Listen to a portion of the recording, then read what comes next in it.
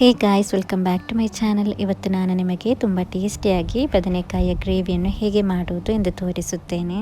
ಆಗ ಬನ್ನಿ ವಿಡಿಯೋನ ಸ್ಟಾರ್ಟ್ ಮಾಡೋಣ. ಮೊದಲಿಗೆ ನಾನು ಇಲ್ಲಿ ಬದನೆಕಾಯಿಯನ್ನು ಕಟ್ ಮಾಡಿ ನೀರಿನಲ್ಲಿ ಹಾಕ್ತಾ ಇದ್ದೇನೆ. ನಂತರ ಇಲ್ಲಿ ನಾನು ನೋಡಿ ಒಂದು ದೊಡ್ಡ ಆಲೂಗಡ್ಡೆಯನ್ನು ಕಟ್ ಮಾಡಿ ನೀರಿನಲ್ಲಿ ಹಾಕ್ತಾ ಇದ್ದೇನೆ. ಮೊದಲಿಗೆ ಒಂದು ಪ್ಯಾನಿಗೆ ಎಣ್ಣೆಯನ್ನು ಹಾಕೋಣ. ಎಣ್ಣೆಯನ್ನು ಹಾಕಿದ ನಂತರ ಇದಕ್ಕೆ ಸಾಸಿವೆಯನ್ನು ಹಾಕೋಣ.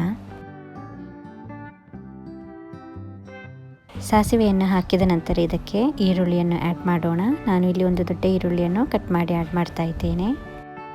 ಹೀಗೆ ಇದನ್ನು ಚೆನ್ನಾಗಿ ಸಾಟ್ ಮಾಡೋಣ. ನಾನು ಮಾಡ್ತಾ ಇರುವ ಈ ಬದನೆಕಾಯಿಯ ಗ್ರೇವಿ ಎಲ್ಲದಕ್ಕೂ ಸೂಪರ್ ಕಾಂಬಿನೇಷನ್ ಆಗಿರುತ್ತೆ. ಹಾಗೆ ಎಲ್ಲರೊಮ್ಮೆ ಟ್ರೈ ಮಾಡಿ ನೋಡಿ, ಮಾಡಲಿಕ್ಕೂ ಕೂಡ ತುಂಬ ಸುಲಭವಾಗಿರುತ್ತೆ. ಈಗ ನೆಕ್ಸ್ಟ್ ಇದಕ್ಕೆ ನಮಗೆ ಟೊಮೆಟೊವನ್ನು ಆ್ಯಡ್ ಮಾಡಬೇಕು. ನಾನು ಇಲ್ಲಿ 2 ಟೊಮೆಟೊವನ್ನು ಆ್ಯಡ್ ಮಾಡ್ತಾ ಇದ್ದೇನೆ. ದೊಡ್ಡ 2 ಟೊಮೆಟೊವನ್ನು ಆ್ಯಡ್ ಮಾಡ್ತಾ ಇದ್ದೇನೆ. ನನ್ನ ಈ ಚಾನಲಿಗೆ ಸಬ್ಸ್ಕ್ರೈಬ್ ಆಗದವರಿದ್ದರೆ ಪ್ಲೀಸ್ ನನ್ನ ಚಾನಲಿಗೆ ಸಬ್ಸ್ಕ್ರೈಬ್, ಲೈಕ್, ಶೇರ್, ಕಮೆಂಟನ್ನು ಮಾಡಿ ಸಪೋರ್ಟ್ ಮಾಡಿ. ಈಗ ಇದಕ್ಕೆ ನಮಗೆ ಮೆಣಸಿನಕಾಯಿಯನ್ನು ಆ್ಯಡ್ ಮಾಡಬೇಕು. ಆಗ ನಿಮಗೆ ಎಷ್ಟು ಖಾರ ಬೇಕು ಅಂತ ನೋಡಿಬಿಟ್ಟು ನೀವು ಮೆಣಸಿನಕಾಯಿಯನ್ನು ಆ್ಯಡ್ ಮಾಡಿ. ಆ್ಯಡ್ ಮಾಡಿದ ನಂತರ ಈಗ ಇದಕ್ಕೆ ಸ್ವಲ್ಪ ಅರಿಶಿನ ಪುಡಿಯನ್ನು ಆ್ಯಡ್ ಮಾಡೋಣ.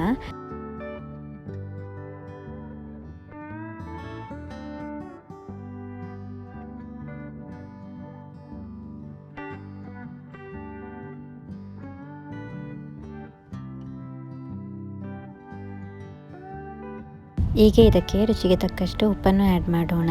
ಇದಕ್ಕೆ ಎಷ್ಟು ಉಪ್ಪು ಬೇಕಾಗುತ್ತೆ ಅಂತ ನೋಡಿಬಿಟ್ಟು ಆ್ಯಡ್ ಮಾಡೋಣ. ನಾನು ಇಲ್ಲಿ 1 ಟೀ ಸ್ಪೂನಷ್ಟು ಉಪ್ಪನ್ನು ಆ್ಯಡ್ ಮಾಡ್ತಾ ಇದ್ದೇನೆ. ಈಗ ಇದನ್ನು ಚೆನ್ನಾಗಿ ಸಾಟ್ ಮಾಡಬೇಕು.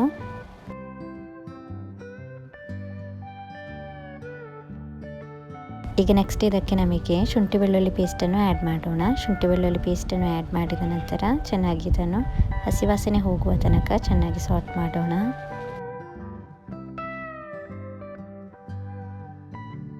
ಈಗ ನೋಡಿ ಟೊಮೆಟೊ, ಈರುಳ್ಳಿ ಎಲ್ಲ ಚೆನ್ನಾಗಿ ಇದಾಗಿದೆಲ್ಲ. ಈಗ ಇದಕ್ಕೆ ನಮಗೆ ಮೆಣಸಿನ ಪುಡಿಯನ್ನು ಆ್ಯಡ್ ಮಾಡಬೇಕು. ನಾನು ಇಲ್ಲಿ 1 ಟೀ ಸ್ಪೂನಷ್ಟು ಮೆಣಸಿನ ಪುಡಿಯನ್ನು ಆ್ಯಡ್ ಮಾಡ್ತಾ ಇದ್ದೇನೆ. ಮೆಣಸಿನ ಪುಡಿ ಆ್ಯಡ್ ಮಾಡಿದ ನಂತರ ಚೆನ್ನಾಗಿ ಇದನ್ನು ಹಸಿ ವಾಸನೆ ಹೋಗುವ ತನಕ ಚೆನ್ನಾಗಿ ಇದನ್ನು ಸಾಟ್ ಮಾಡೋಣ. ಸಾಟ್ ಮಾಡಿದ ನಂತರ ಇದಕ್ಕೆ ಸ್ವಲ್ಪ ನೀರನ್ನು ಹಾಕಬೇಕು.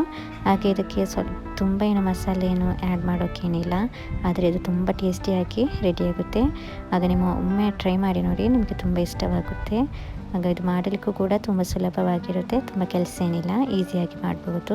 ಈಗ ನೋಡಿ ಇದಕ್ಕೆ ನಾನು ನೀರನ್ನು ಆ್ಯಡ್ ಮಾಡ್ತಾ ಇದ್ದೇನೆ. ನೀರನ್ನು ಆ್ಯಡ್ ಮಾಡಿದ ನಂತರ ಇದು ಚೆನ್ನಾಗಿ ಕುದಿಯುತ್ತೆಲ್ಲ, ಆಗ ನಮಗೆ ನಾವು ಕಟ್ ಮಾಡಿದ ಬದನೆಕಾಯಿ ಮತ್ತು ಆಲೂಗಡ್ಡೆಯನ್ನೆಲ್ಲ ಆ್ಯಡ್ ಮಾಡಬೇಕು. ಹಾಗೆ ಇದು ಚೆನ್ನಾಗಿ ಕುದಿಯಲು ನಮಗೆ ಇದನ್ನು ಇಡೋಣ. ಹೀಗೆ ಇದಕ್ಕೆ ನಾವು ಕಟ್ ಮಾಡಿ ನೀರಿನಲ್ಲಿ ಇಟ್ಟ ಬದನೆಕಾಯಿ ಮತ್ತು ಆಲೂಗಡ್ಡೆಯನ್ನು ಹಾಕೋಣ. ಹಾಕಿದ ನಂತರ ಚೆನ್ನಾಗಿ ಇದನ್ನು ಮಿಕ್ಸ್ ಮಾಡೋಣ. ಈಗ ಇದನ್ನು ಸ್ವಲ್ಪ ಹೊತ್ತು ಮುಚ್ಚಿ ಚೆನ್ನಾಗಿ ಇದನ್ನು ಬೇಯಿಸೋಣ.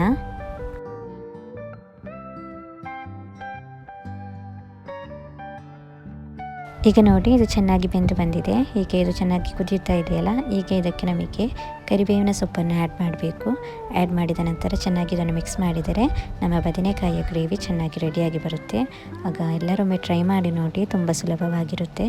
ಆಗ ನನ್ನ ಚಾನಲಿಗೆ ಸಬ್ಸ್ಕ್ರೈಬ್ ಆಗದವರಿದ್ದರೆ ಪ್ಲೀಸ್ ನನ್ನ ಚಾನಲಿಗೆ ಸಬ್ಸ್ಕ್ರೈಬ್, ಲೈಕ್, ಶೇರ್, ಕಮೆಂಟನ್ನು ಮಾಡಿ ಸಪೋರ್ಟ್ ಮಾಡಿ.